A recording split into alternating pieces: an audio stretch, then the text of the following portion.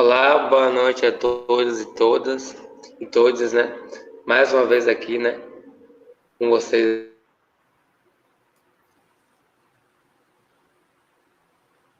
Oi, Yuri. Acho que sua internet está travando. aqui no Reconstec. Hoje a gente vai dar Está travando, Yuri, sua internet. Bom, gente, eu vou dando andamento. Yuri está com um probleminha de internet, tá? Então, assim, a gente está entrando na palestra de número 11 da sexualidade da pessoa idosa, os desafios e algumas perspectivas. Queria dar boa noite a todos que já estão na sala, né? Dizer que é muito bom que vocês estejam aqui, nos prestigiando, obrigada por isso. Obrigada também ao pessoal aí de apoio, né? A Adiele e Gabriel, e a Yuri como meu cooperador nessa moderação. Eu sou professora Cláudia Feio, sou enfermeira, sou professora da casa, né? Trabalho no Centro de Ciências da Saúde, sou professora do curso de enfermagem, sou enfermeira gerontóloga, tenho mestrado e doutorado em enfermagem, na linha de cuidado à saúde da pessoa idosa. Também estou nesse momento como vice-coordenadora do programa de residência em enfermagem hospitalar, do Centro de Ciências da Saúde. Sou pesquisadora da área da saúde da pessoa idosa, adoecimento crônico, cuidados paliativos e sexualidade. Então, vim aqui um pouquinho conversar com vocês, e sempre no intuito de promover uma reflexão, né? Entendendo que a sexualidade da pessoa que envelhece, ela é uma temática relativamente nova, né? E que está nesse processo também de sensibilização, de trazer uma inquietude, né? Nas nossas cabeças, nos nossos pensamentos, para que a gente possa pensar num cuidado, num olhar mais integral, mais ampliado para essa população, tá? Então, acho que a gente já pode seguir, nós temos uma hora aí juntos, né? Então, Gabriel, o Tiali pode passar, por favor. Então, eu queria dar as boas-vindas a vocês com esse casalzinho lindo, né? Que retrata muito uma perspectiva desse envelhecimento e de um envelhecimento que traz com ele muitas demandas, muitas diversidades e muitas possibilidades, né? Só contextualizando um pouco essa foto, esse casal é um casal que vive no interior da Paraíba, e eles foram convidados a pousarem para fazer um book de fotografias. É um casal que vive há mais de 40 anos juntos, né? E eles expressam, dentro do convívio, né? E junto às pessoas que eles convivem, uma verdadeira sexualidade ativa, né? Uma sexualidade de afetividade, de amor, de companheirismo, de cumplicidade. E é com esse casalzinho lindo que eu dou as boas-vindas a vocês nesse momento aí de troca, né, e de reflexão, dentro do Reconcitec. Pode passar. Bom, o objetivo da gente aqui hoje é dialogar um pouco sobre a sexualidade da pessoa idosa, dando ênfase um pouco a alguns desafios e algumas perspectivas nessa dimensão, né, que é uma dimensão que faz parte da vida do sujeito que envelhece, e que a gente, então, tem se debruçado para entender, compreender, ampliar e poder trazer como uma temática de discussão, né, para todos os interessados. Pode passar? Ok. É importante a gente entender, né, esse processo de envelhecer no século XXI. Né?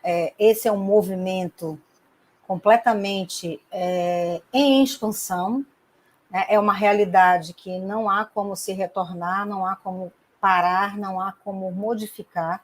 O envelhecimento humano, ele é uma realidade dentro das nossas realidades de mundo, não só no estado da Bahia, como no Recôncavo, como no Brasil, como no mundo. Então, eu trago aqui alguns dados só para atualizar vocês um pouco. Esses dados acabam nunca sendo muito reais, né, por conta de toda uma questão de censo, mas são dados de 2019, que já traz um crescimento muito maior dos dados de 2017.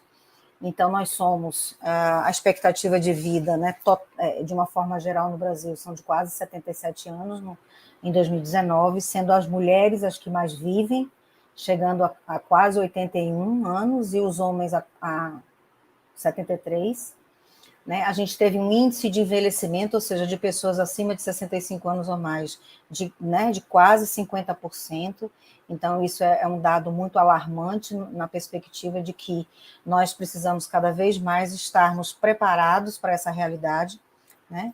E para aqueles que têm 80 anos ou mais, ou seja, que são chamados os grandes longevos, a gente teve quase 10% de aumento. Na Bahia, em 2019, nós tínhamos quase 2.300.000 pessoas idosas, e no estado de Salvador, né, na capital, quase 500.000 pessoas com 60 anos ou mais. Então, na verdade, essa é uma realidade que a Bahia e a capital, né, não foge à regra, e nós precisamos pensar cada vez mais sobre as demandas que essa demografia nos impõe enquanto profissionais da área da saúde, da cultura, da área social, né? Enfim. Né? Então, é só mesmo para contextualizar, pode passar. Pronto. Aqui é uma projeção dessa população em números de homens e mulheres, só para vocês entenderem o quanto que a gente tem um processo de feminilização do envelhecimento. São muito mais mulheres que viverão em média de 7 a 10 anos a mais do que os homens. Então, a gente tem uma projeção aqui até 2030 entre homens e mulheres, e a proporção é cada vez maior, né? Então, que, de certa forma, também expressa, confirma, reitera esse boom, né? Que é o processo de envelhecimento e se tornar velho e velha dentro de um país como o Brasil, um país que tem muitas dificuldades, muito despreparo para atender às demandas tão amplas, tão complexas, que é das pessoas que envelhecem, né? E todas as suas demandas. Pode passar? Ok. Esse processo de transição, e a gente chama isso como uma transição, é uma transição demográfica, é uma transição epidemiológica, né? Porque a característica das pessoas nas pirâmides epidemiológicas mudam, mas também no caráter de como essas pessoas vivem, no padrão das doenças, né? Do comportamento também muda. Esse processo de transição, na verdade, ele vai traduzir as experiências que essas pessoas viveram, vivem e viverão, né? E elas vão unir um composto, um conjunto de respostas ao longo de um tempo, né? E que essas respostas e toda essa vivência e toda essa experiência, elas são moldadas por condições pessoais e ambientais, por expectativas e percepções dos indivíduos, né? De onde eles vêm, o que eles aprendem, com quem eles convivem, o que eles consomem, ao que eles têm acesso. Há significados que são construídos ou apreendidos durante a experiência da vida, conhecimentos e habilidades na gestão dessas mudanças, então coisas que eu pensava antes já não penso igual, coisas que eu fazia dessa forma, faço diferente, né? E os impactos dessas modificações no nível de bem-estar, né? No nível de qualidade de vida e bem-estar dessas pessoas. Então, mudar uma população de característica demográfica é pensar, né, que existe um somatório de experiências e que essas experiências estão vinculadas a todas essas questões que eu trago e que elas têm cunho bio, psicossocial e também espiritual, né? Então, desde já, a gente traz a premissa e reitera a ideia de que esses indivíduos, nós, aqueles que já são idosos, aqueles que já estão quase idosos, né? Aqueles que são jovens e vão construir essa história, elas passam por uma ideia de uma condição não limitada a uma condição biológica, mas a uma condição integral, complexa, ampla, multidimensional. Tá? Pode passar? Essas transições, né, toda essa modificação populacional, né, que acontece a nível individual e coletivo, elas tanto vão gerar mudanças, e essas mudanças elas geram muitos desafios não só particulares, mas coletivos, ao tempo em que elas vão exigir estratégias de sobrevivência, ou seja, se nós não tivermos estratégias para poder atender às necessidades individuais e coletivas dessa transição, né, nós estaremos fadados a muitos fracassos, né, e a muitas desigualdades sociais, né, que nós, inclusive, já vivemos. Todas essas mudanças e todas essas estratégias, elas fazem com que nós passemos por um processo de transformação por várias ressignificações. Então, a gente ressignifica as mudanças do corpo, a gente ressignifica as condições sociais, a gente ressignifica as questões financeiras, a gente ressignifica as questões políticas. Então, a gente tem um bojo de acontecimentos, né, e de demandas que a gente precisa dar conta no campo do individual e no campo do coletivo, e que vai fazer com que todo esse aparato faça com que a gente viva esse processo de mudança de uma maneira mais favorável, né? É assim que se espera que aconteça. Pode passar. Bom, e aí, né, entrando um pouco nessa perspectiva assim, da sexualidade, o que tudo isso tem a ver com a sexualidade da pessoa idosa? Tudo a ver, né? Quando eu entendo que o indivíduo, ele nasce, cresce, se desenvolve, amadurece, envelhece, e que ele tem consigo uma gama de experiências em diferentes dimensões, a gente não pode ignorar, né, que dentro de dentro de um campo da multidimensionalidade, da complexidade do indivíduo, que a sexualidade ela não seja parte desse complexo, né? Então, todas essas modificações fazem de mim e fazem de um coletivo, né, pessoas que temos diferentes necessidades, e a sexualidade ela mantém-se como uma dessas necessidades dentro da vida do sujeito que envelhece. Né? Pode passar. Bom, desde 2006, né, que o Ministério da Saúde, né, ele reconhece a sexualidade como um dos pilares de envelhecimento ativo, saudável. Né? Desde que se instituiu uma política de que nós precisávamos envelhecer com saúde, envelhecer ativos, envelhecer com uma capacidade funcional preservada, respeitando a imposição da cronologia, né, do tempo que nos faz ser diferentes aos 20, aos 30, aos 40 e aos 80, mas que esse envelhecimento ele seja bem sucedido, ou seja, que ele seja cercado por ações, condutas, pensamentos que levem o indivíduo a uma preservação, né, da sua saúde global. A sexualidade ela foi reconhecida como um dos pilares de envelhecimento ativo. Né?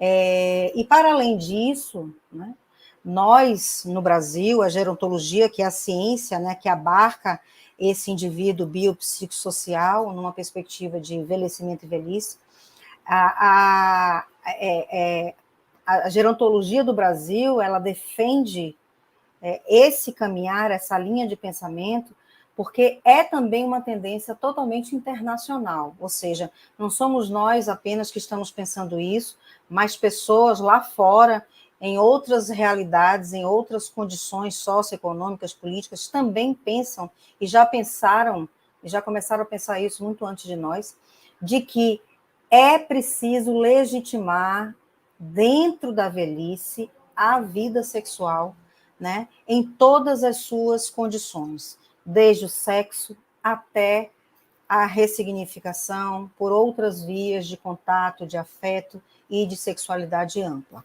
Tá? Pode passar. Bom, então é preciso a gente entender que conceito é esse, né?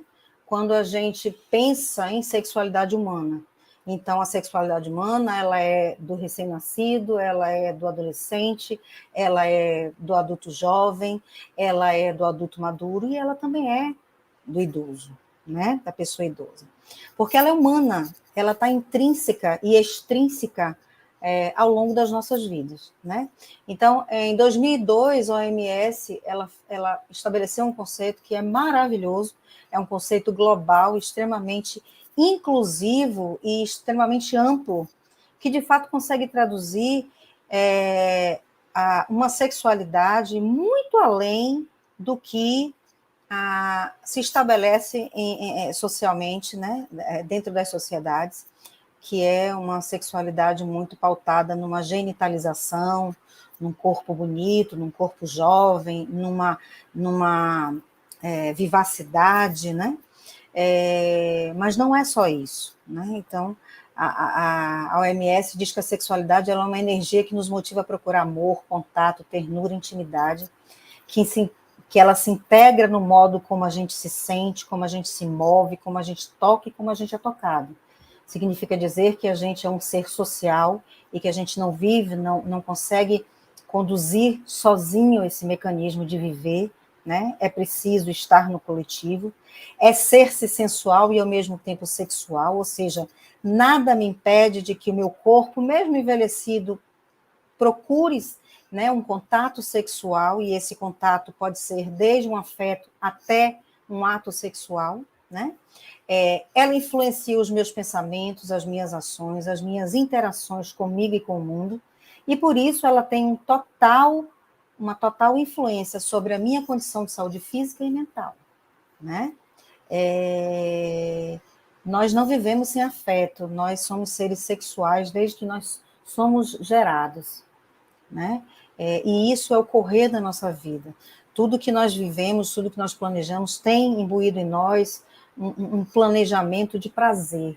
A sexualidade humana ela tem uma relação direta com o prazer com o qual as coisas são capazes de gerar, ou as relações são capazes de gerar para mim e para o outro, né? Então, partindo desse entendimento, a sexualidade humana ela vai muito além de meramente um ato sexual, uma relação genitalizada, né? Então, por isso, ela não é estanque a determinados grupos etários, muito pelo contrário, né? Pode passar.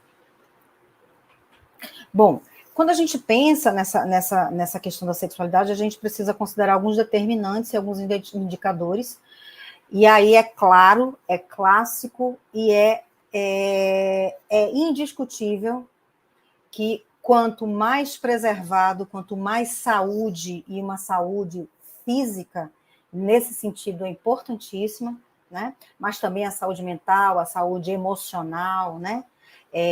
A minha saúde financeira, são indicadores que determinam um pouco de bem-estar na velhice. E eles fazem uma relação direta com a minha capacidade de me manter sexualmente ativo dentro da minha vida e na condição da minha vida com o outro. Primeiro, a satisfação. Então, eu preciso estar satisfeita comigo e com a vida, né? Independente de todas as limitações, independente de todos os problemas, a satisfação ela é uma relação de encantamento, né? Em que eu preciso ter com a minha vida, com as minhas opções, com as minhas relações. O meu status e a minha competência social, quem eu sou, aonde eu estou, o que eu construí na minha vida, né? O quão isso é importante, o quanto isso me torna uma pessoa produtiva, a produtividade. Então, não é só porque eu me aposento que eu não consigo ter uma vida produtiva, não é só porque eu não consigo mais gerar filhos que eu não posso ter uma vida produtiva, não é só porque eu tenho osteoartrose que eu não consiga ser uma pessoa produtiva. Então, assim, apenas é uma forma de redimensionar. A continuidade dos papéis familiares, a família é uma relação que está conosco desde o nosso nascimento até a nossa morte, mesmo que ela seja ausente, Os papéis familiares, eles representam um valor enorme na construção do nosso construto social como pessoas. A permanência da nossa rede de amigos, na nossa rede social, não só de apoio, mas de relação, de relacionamento interpessoal, né? A funcionalidade física e cognitiva, né? Ou seja, de eu conseguir me autogerir, de eu conseguir me autocuidar, e da minha saúde propriamente dita, que é a minha saúde biológica, mental, né, motora, afetiva e também sexual.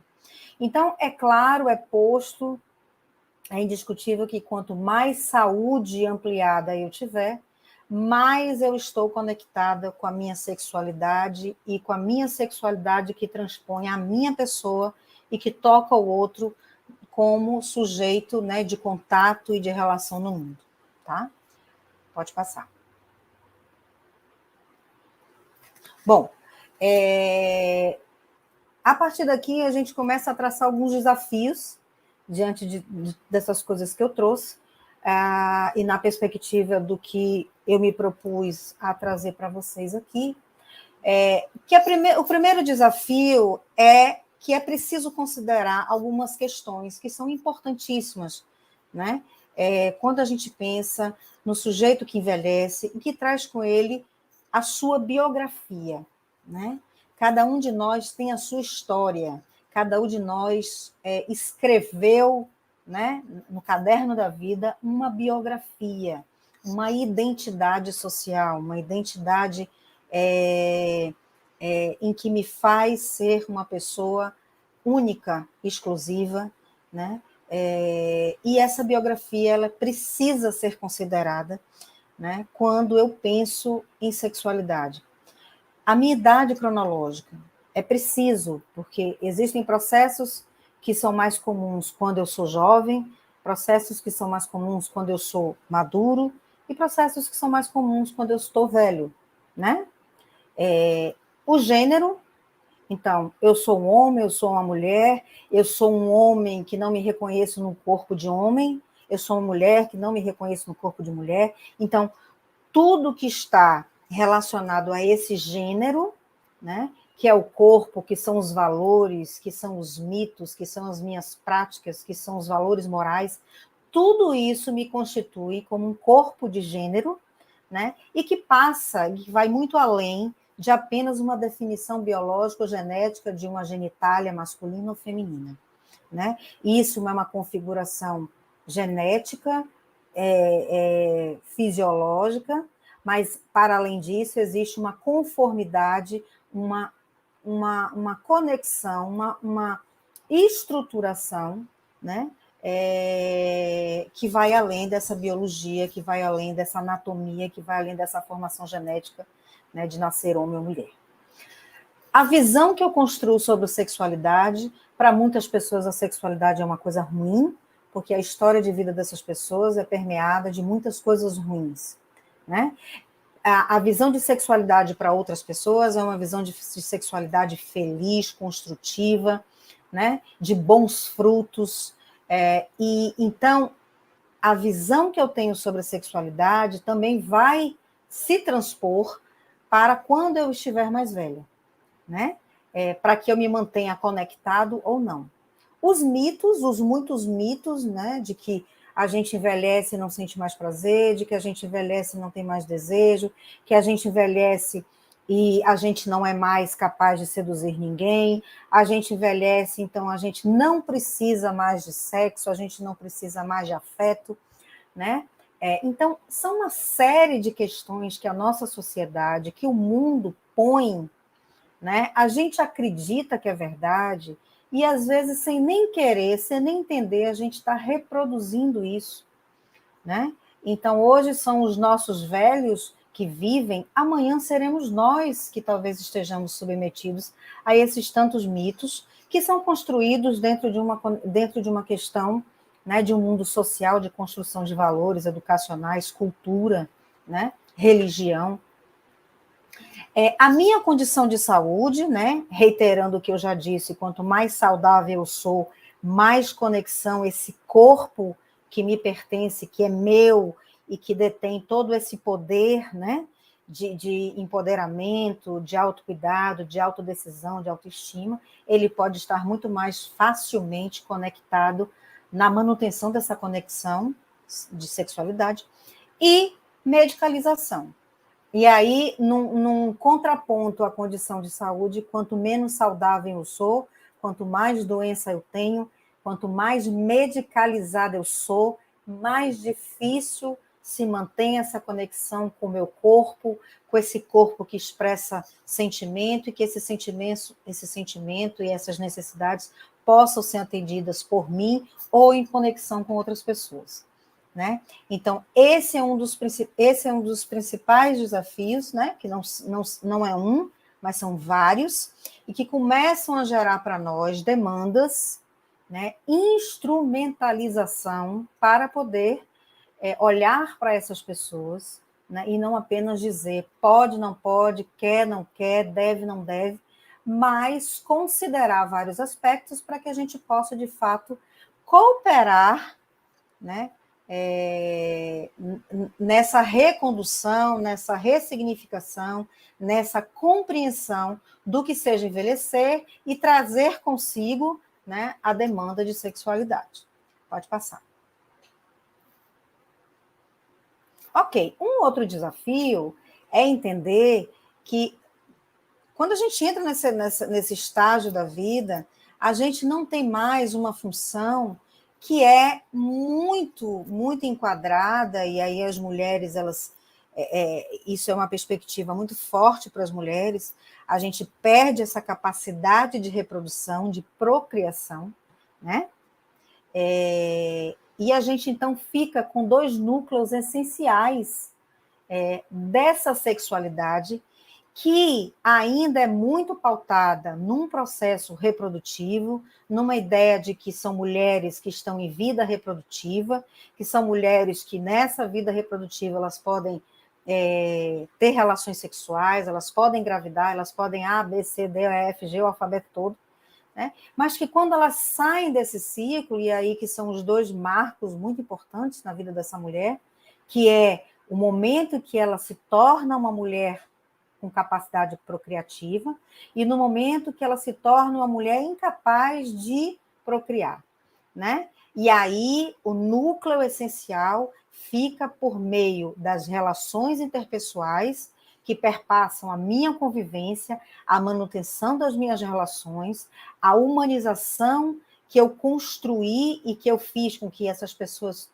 ficassem perto, se não física, afetivamente, e de um núcleo essencial que é do meu prazer. Um prazer que não é mais da maternidade, da procriação, de uma mulher reprodutiva, mas um prazer de uma mulher que se reconecta consigo mesmo, né? Com outras formas de encontrar prazer, né? E os homens, nessa configuração também, vão aprendendo a entender esse mecanismo de modificação e também vão tentando se adaptar diante também de todas as influências, de todas as cobranças sociais, né? Desse homem que precisa ser procriador, que precisa ser viril, que precisa estar, né, funcionante.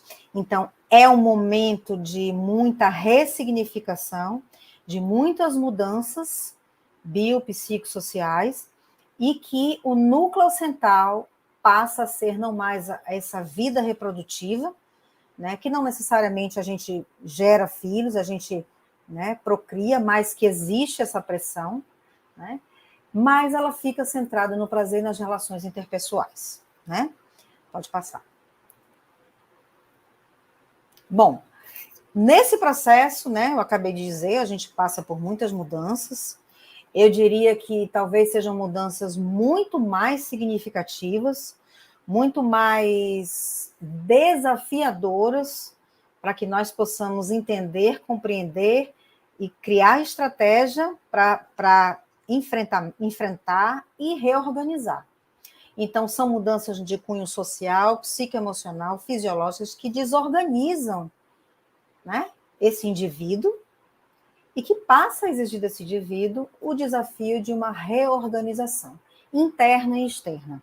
Essa organização, ela não perpassa só a minha pessoa, a minha minha condição de vida, mas perpassa todas as demandas para as quais eu vou precisar me apoiar, buscar apoio, e aí eu falo na área social, na área econômica, na área das políticas públicas, né? Todo esse adaptar-se, todo esse modificar-se para uma nova realidade. Pode passar. Bom, aqui eu trago algumas coisas, né? O que essas mudanças sociais elas repercutem, e elas repercutem muito na nossa saúde física, mental, psicológica, né? E que reflete também nas nossas relações de sexualidade, né? De afeto, de amor, de continuidade, de descontinuidade. Então, a gente tem os nossos lutos, as mortes, né? A viuvez, a perda do trabalho, a saída dos filhos, né? a redução ou a diferenciação dos grupos sociais, né? A função laboral, os nossos papéis sociais, que vão se modificando muito quando a gente entra nesse processo da velhice, e que as mulheres, né, ainda se conectam com menor dificuldade a essas mudanças, porque as mulheres elas vão conduzindo já desde muito cedo novos espaços, outros espaços que não só do trabalho, que não só da família, né? Enquanto que os homens eles têm maior dificuldade nessas adaptações. Então, é muito comum, né, os homens relatarem que se sentem perdidos, se sentem sem uma condição de se conectar com outras demandas, né? Então, é um momento de muitas perdas, né? E essas perdas, elas são muito simbólicas, elas são muito materiais também, e elas são muito desse indivíduo, né? Que se estabeleceu, que se estabelece no mundo, na vida. Então, isso traz uma desorganização, e isso interfere muito na nossa vida, na nossa saúde mental e na nossa saúde também, nas nossas relações de sexualidade. Pode passar. Bom, a nível psicoemocional, a gente tem... Bom, nesse momento, a gente tem um olhar muito de gênero, né? Do comportamento das mulheres, do comportamento dos homens, como a gente tem uma forma de olhar para esse momento de uma maneira bem diferente. Então, no aspecto psicoemocional, as mulheres elas se imbuem muito do sentimento da perda de feminilidade, da perda da capacidade de seduzir, do medo do ridículo, da dificuldade de falar dos seus sentimentos, da dificuldade de lidar com esse corpo que muda, né? E aí isso chega muitas vezes a um processo de vergonha, de não aceitação, né? Da baixa autoestima, porque eu queria ficar assim, queria ficar daquele jeito, né? Então, traz para as mulheres uma conexão com esse corpo de uma maneira muito mais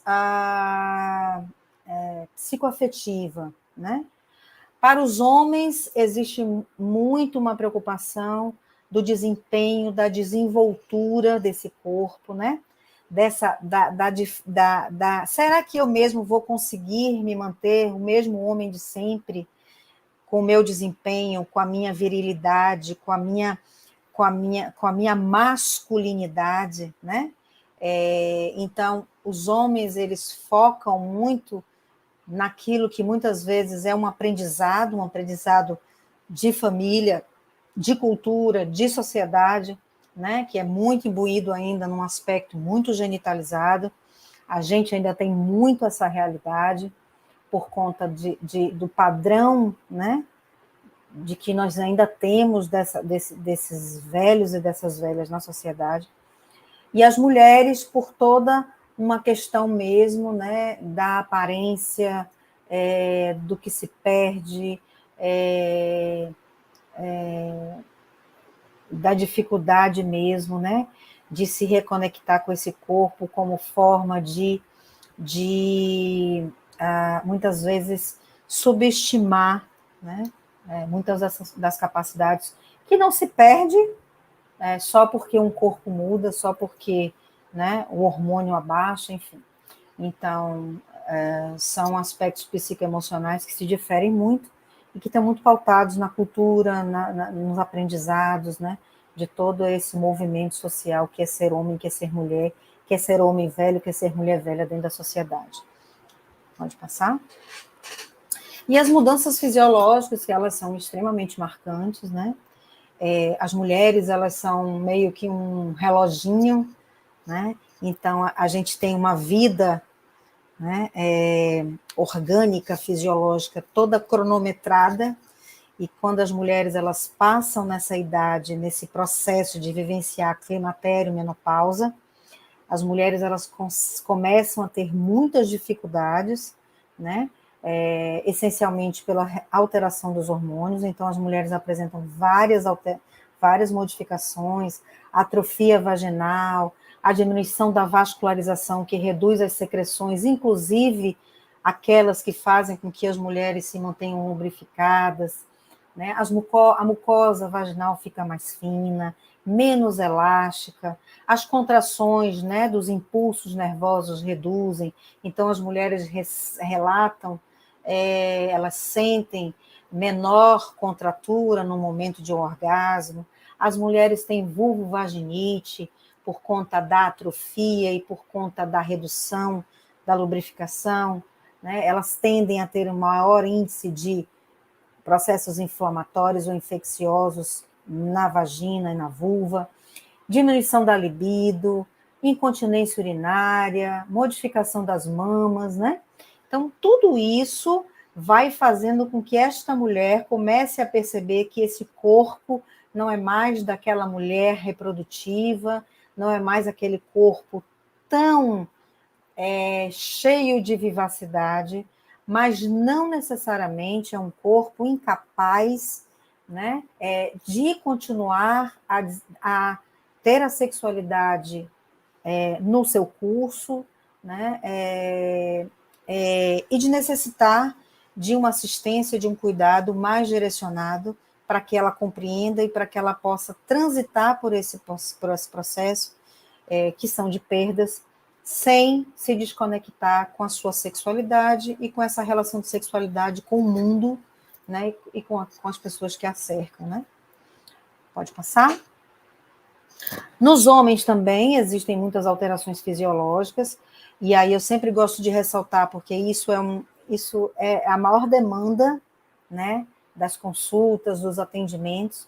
Então, os homens, eles têm redução do tecido testicular, eles têm esclerose dos tubos que transitam, né, que transportam o esperma, eles têm redução tanto da produção do esperma, quanto da contração que faz com que esse esperma, né, ele exteriorize, que é o processo de ejaculação, porque ele também tem uma redução da contratilidade muscular, ele também tem uma redução da vascularização, né, da região peniana. Existe uma capacidade reduzida vesical, então os idosos também, homens, também têm uma tendência à incontinência. Eles fazem hipertrofia prostática benigna, essa próstata aumenta, né? Eles começam a ter, naturalmente, a dificuldade do desempenho sexual, ereção e ejaculação, né? Que não é necessariamente um problema, mas uma alteração que vai ser necessário, assim como tantas outras, de uma compreensão e uma reorganização disso, né? Então, a terapia não é só tomar remédio, né, para que esse pênis, por exemplo, fique enrijecido. Essa pode ser uma das condutas, mas é preciso compreender que esse processo é um processo fisiológico e que não há nada de anormal, não há nada de patológico, né, mas há a necessidade da compreensão e da ressignificação, tanto dessas mulheres quanto desses homens, tá? E aí eu falo muito desses corpos, né? Desses corpos, da genitália, da estrutura genital masculina e feminina. Pode passar? E aí, um desafio que eu também trago, que ainda estamos caminhando, né, em passos muito curtos, muito lentos, que é essa ideia do que seja a sexualidade, né, no Brasil, que ainda é muito pautada numa clínica sexual, é muito pautada numa patologia, num olhar patológico do processo.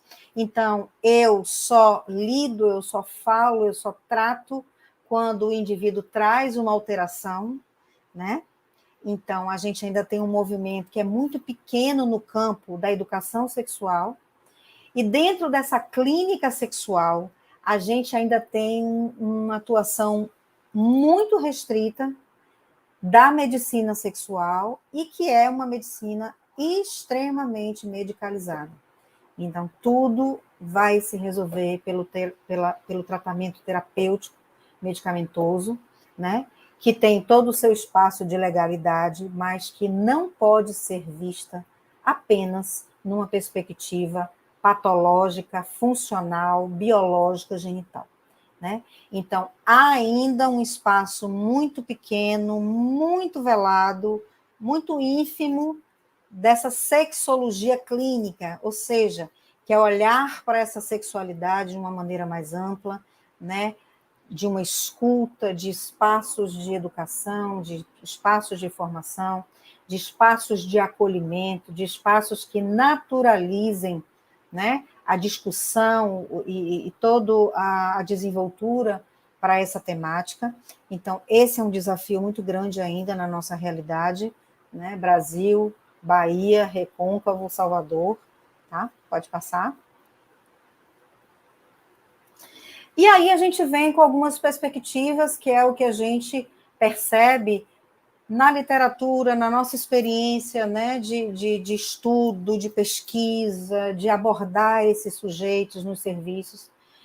E aí essas perspectivas, elas fazem parte de toda uma ideia de conscientização da importância dessa dimensão na vida do sujeito, e das ações, das estratégias que nós precisamos, né, tomar como importantes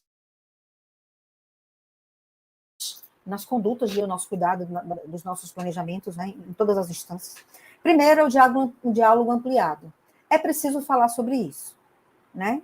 É preciso falar com as crianças, é preciso falar no ambiente da família, é preciso falar com os pais, é preciso falar com os filhos, é preciso falar com a família, é preciso trazer as suas demandas, é preciso desmistificar de que essa é uma necessidade tão importante como é a necessidade de controlar a hipertensão, a diabetes, o alimento, né?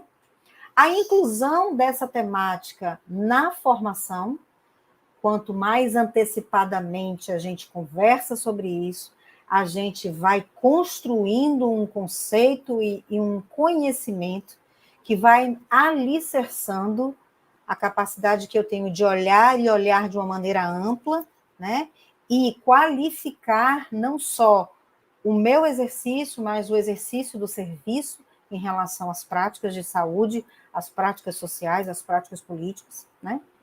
Considerar a sexualidade como um direito humano. Ninguém está pedindo nada, ninguém está trazendo uma ideia subversiva que não está dentro, né, da natureza normal das pessoas. A sexualidade, ela é um direito humano. A sexualidade, ela precisa ser vista, cuidada, tocada, considerada, acompanhada como um direito humano, subjetivo e de bem-estar, né, multidimensional na vida dos sujeitos. Isso não muda porque eu me torno uma pessoa de 60, 70, 80, 90 anos. Tá? Preciso também reconhecer a vulnerabilidade da saúde na velhice, porque aí eu me remeto de novo ao que eu já tinha conversado com vocês. Quanto mais saúde eu consigo manter nesse processo de envelhecimento e velhice, mais eu consigo me conectar e me reorganizar diante das mudanças que a vida, que a velhice me impõe, né? Eu preciso despatologizar a sexualidade, né? Ou seja, não dá para olhar só porque é um paciente que às vezes tem uma doença mental e que tem uma hipersexualidade, porque é um usuário, né, de droga ilícita e ele tem um comportamento inadequado, porque é um paciente idoso com demência e ele tem um comportamento também inadequado. A gente precisa entender que isso não necessariamente está associado à patologia. Aquilo que está associado à patologia, a gente trata como doença, né?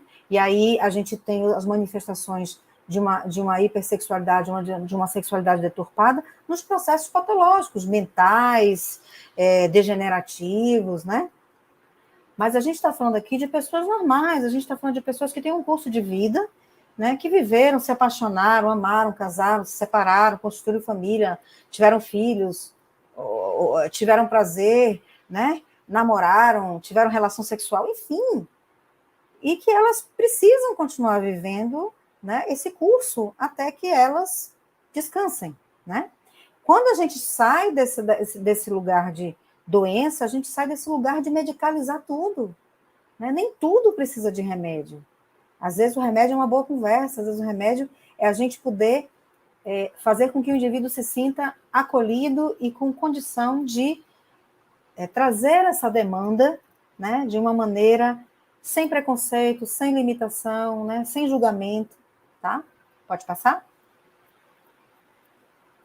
Bom, entender que é preciso que nós, enquanto pessoas, enquanto profissionais, enquanto sujeitos de construção de pensamento político, gestores, enfim, em qualquer lugar que nós estejamos, nós precisamos preparar as mulheres para esse processo de menopausa, né?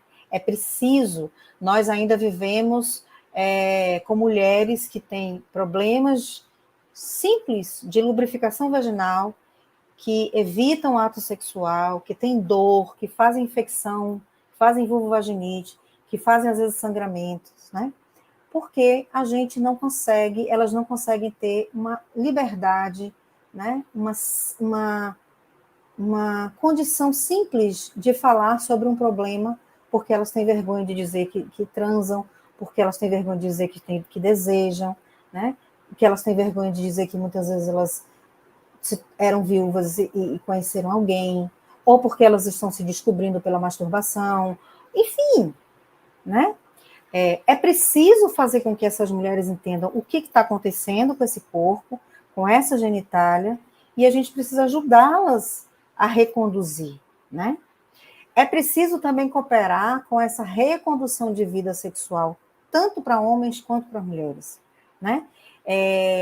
Não é uma questão de gênero, é uma questão de sujeito, né? Então, a gente tem hoje uma diversidade sexual, a gente tem homens e mulheres que estão se reconectando por meio de relações, né, não tão heteroestabelecidas, heteronormativas. Então, a gente precisa compreender que esse é um fluxo, né, normal, atual, e é um fluxo de ampliação das relações no mundo. Então, não cabe a nós julgar, mas cabe a nós compreendermos, né, e ajudarmos essas pessoas enquanto profissionais, enquanto docentes, enquanto sujeitos da família, enfim. A questão da reposição hormonal, porque essa ainda é uma condição que para as mulheres é restrito, né, no SUS, né, as mulheres de baixa renda, e aí me reporto às mulheres da periferia, as mulheres negras, né, em sua maioria, muitas vezes não têm acesso à escolha de poderem fazer reposição hormonal, e isso traz uma diferença na condição da condução da sexualidade, da saúde sexual. Libido, hormônio, orgasmo, é preciso falar sobre isso, é preciso entender o que acontece nesse mecanismo, né? Isso não é coisa, sabe, de Marte, isso é uma coisa que está na nossa vida, né? Faz parte do nosso corpo, faz parte da nossa história, faz parte de felicidade, de contentação, né? E incluir as condições especiais. Pessoas deprimidas, pessoas que têm deficiência, pessoas que têm deficiências cognitivas, pessoas que têm, enfim, as muitas diferenciações, né? E que são muitas delas submetidas a vários processos exclusivos, e a sexualidade é uma dessas exclusões, né? De que é como se essas pessoas elas não tivessem mais espaço para amar, para se reconectar com outras pessoas. Pode passar? Ok.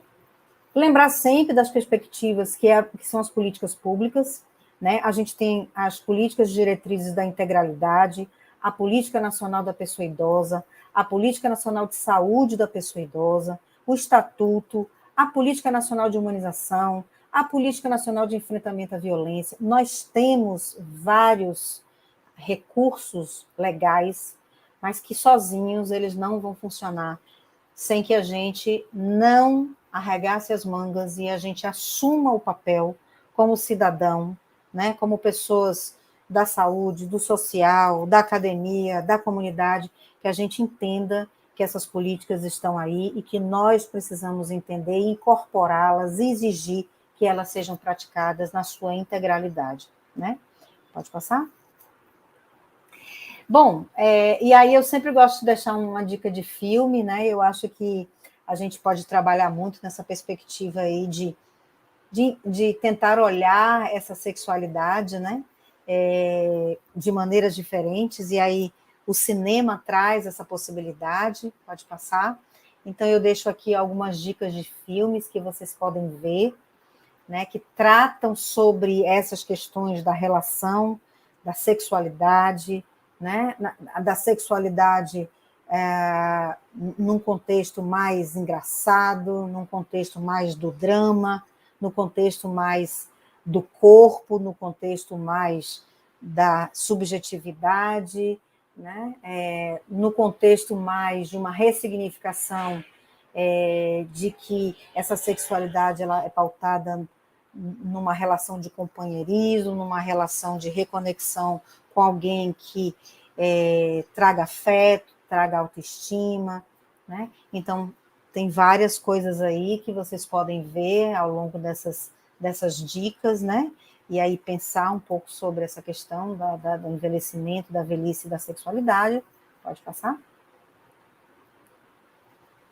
E agradecer, eu deixo aqui meu e-mail, né? Para quem quiser contactar, né? Eu gosto muito, assim, de, nesses quase 16 anos trabalhando com uma pessoa idosa e quase 10 pesquisando essa área aí de sexualidade, eu vejo, assim, que uma das primeiras coisas que a gente precisa transpor é de achar que essas pessoas, né, os nossos idosos, as nossas idosas, que eles têm necessidade muito restrita. Não. A necessidade dessas pessoas é uma necessidade tão quanto a nossa ou maior, né? Então, a gente precisa pensar sobre isso para que a gente possa pensar, inclusive, sobre o nosso próprio processo de envelhecimento, né? Sobre como nós estaremos lá, como tudo isso vai repercutir na minha vida, como eu vou me preparando para viver isso, né? E o que eu posso fazer para tentar mudar um pouco essa realidade, dentro da minha realidade e dentro da realidade que me cerca, né? Então, eu vou deixar aqui um vídeo para vocês, que é de uma música muito bacana, que também reflete, faz a gente refletir, né? Sobre o que de fato mesmo a gente precisa, né? E sair desse lugar de muitas vezes decretar o que o outro precisa, né? E depois a gente pode voltar para alguma dúvida, para algum bate-papo rápido. Ok, então pode me tirar e jogar o vídeo aí para o pessoal, até a gente...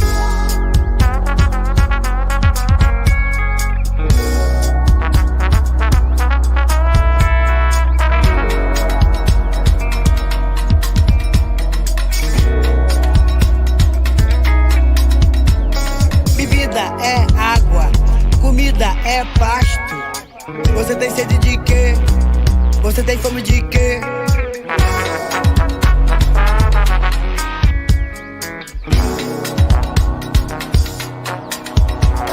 A gente não quer só comida. comida, a gente quer comida, diversão e arte. A gente não quer só comida, a gente quer saída para qualquer parte. A gente não quer só comida, a gente quer bebida, diversão, balé. A gente não quer só comida, a gente quer a vida como a vida quer.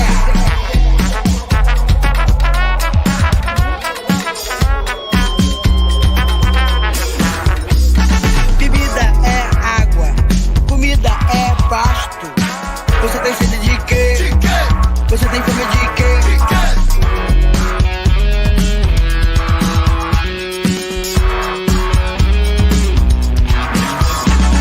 A gente não quer só comer, a gente quer comer e quer fazer amor.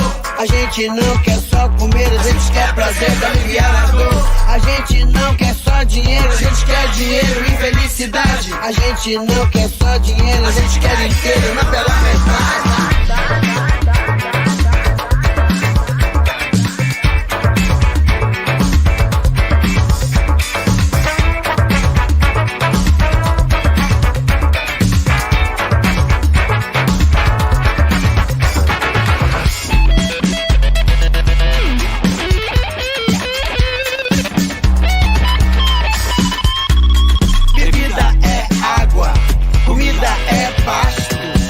Você tem sede de quê? Você tem fome de quê? A gente não quer só comida, a gente quer comida, diversão e arte. A gente não quer só comida, a gente quer saída para qualquer parte. A gente não quer só comida, a gente quer bebida, diversão, balé.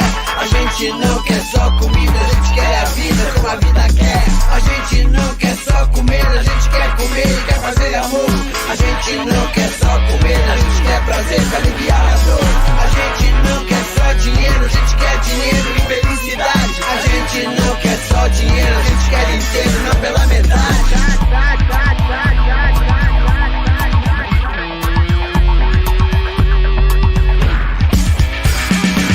Diversão e arte.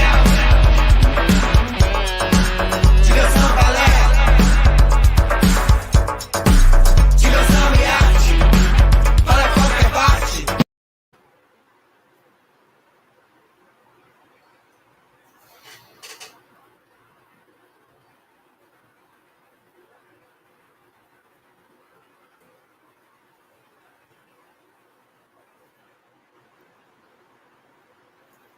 Ok. É isso. Eu não quero só viver por viver, eu quero viver e poder escolher, né? Todas as comidas que me sejam saudáveis, né? Tanto do aspecto físico como subjetivo. Enfim, não sei se tem... Estou aberta aqui a questões, a comentários, dúvidas, né? Já estamos aí encerrando, né? Falta 1 minuto para as 8 horas. Estou vendo aqui que Clara colocou aqui um comentário. Obrigada, Clara. Né?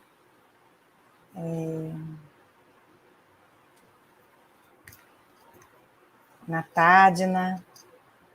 É isso. A vida é um eterno aprendizado.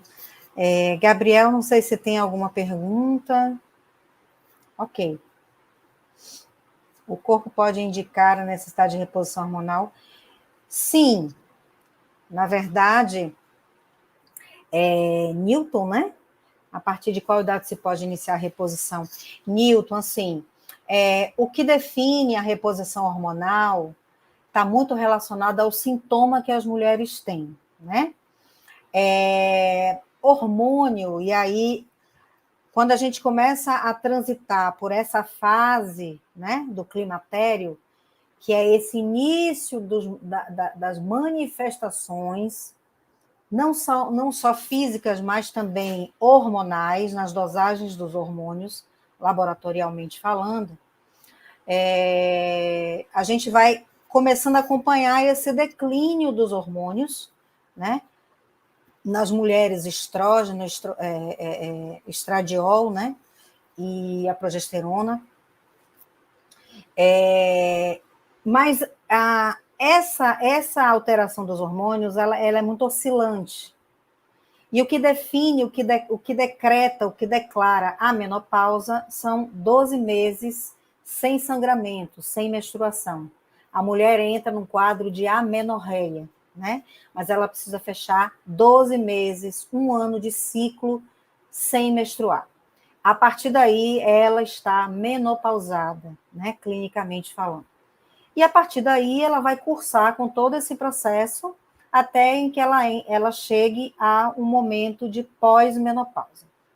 Esse momento entre a pré-menopausa, que ela começa a ter os sintomas, né, ou que ela começa a ter uma diferenciação das dosagens do hormônio, ela vai fazer a reposição hormonal, via de regra, quando ela tem sintomas. Que sintomas são esses? O mais comum são os fogachos, né? São aqueles calores. Algumas mulheres sofrem de irritabilidade, sobrepeso, dificuldade do sono. Às vezes desenvolvem nessa fase algumas alterações de tireoide, fazem hipotireoidismo, surgimento de nódulos, de bócio, né? E aí uma das questões que a gente faz para também, né, enquadrar como um problema ou não são as dosagens de hormônio da tireoide. Mas, de uma forma geral, a gente trata aquilo que a gente tem sintoma. Então, a reposição hormonal nas mulheres, ela está muito associada a esses sintomas de desconforto, né?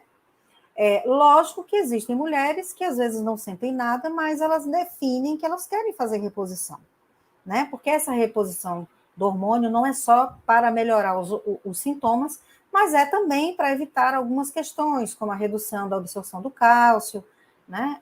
Que é os quadros de osteopenia, né?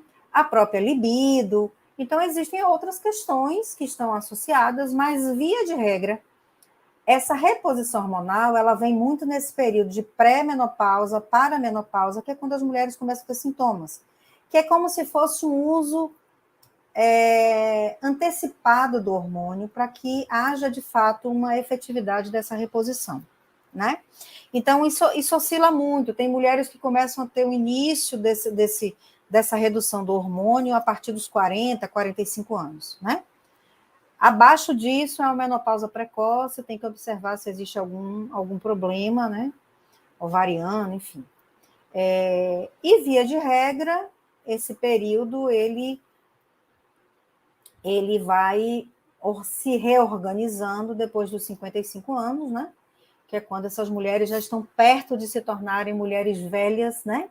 Idosas dentro da cronologia do que se estabelece ser idoso ou idosa dentro do Brasil, que é de 60 anos ou mais, certo? Mas, infelizmente, nem todas as mulheres têm acesso, porque reposição hormonal não é uma coisa barata, né? Do mais simples ao mais complexo hormônio, que são aqueles manipulados, geralmente eles são de médio a alto custo, e aí a gente não tem, as mulheres, nem todas as mulheres têm acesso, né? E no SUS não é tão facilmente assim essa reposição, a não ser que as mulheres de fato estejam em algum serviço muito especializado, que não é o comum, né? As mulheres, elas são tratadas via de regra na atenção primária, saúde, na atenção básica, e que lá não se chega essa abordagem e essa terapia, né? Não sei se tem, Gabriel, mais alguma pergunta. Estou vendo aqui que a Juliana falou boa noite, pessoal, boa noite, Pro. Mandando beijos aqui de Dani e de Ju. Beijo, Ju. Não sei se tem. Pronto. José Reis fala, precisamos desmistificar que o idoso é um inválido, afinal, enquanto a vida é possível estar em plena atividade. Sim, José, a ideia é essa. A ideia não é a gente brigar com o nosso corpo. A ideia é a gente entender que esse corpo, ele vai se desgastando, né? Normal que isso aconteça. A fisiologia, os tratados de fisiologia estão aí para que a gente leia, entenda e aprenda. Mas, para além disso, a gente pode, sim, se manter ativo, né, por meio de várias ações positivas, que é a saúde mental, a saúde física, a atividade física, a boa alimentação, as boas relações, falar das coisas que fazem bem, das coisas que não fazem, enfim, né?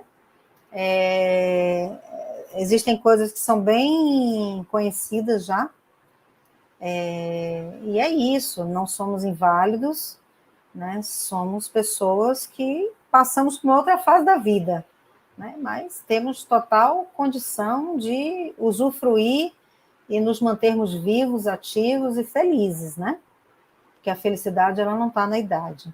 A felicidade, ela está na forma como eu conduzo a minha vida e da forma como eu abstraio e ressignifico os problemas, né? O que mais? Tem mais alguém, gente?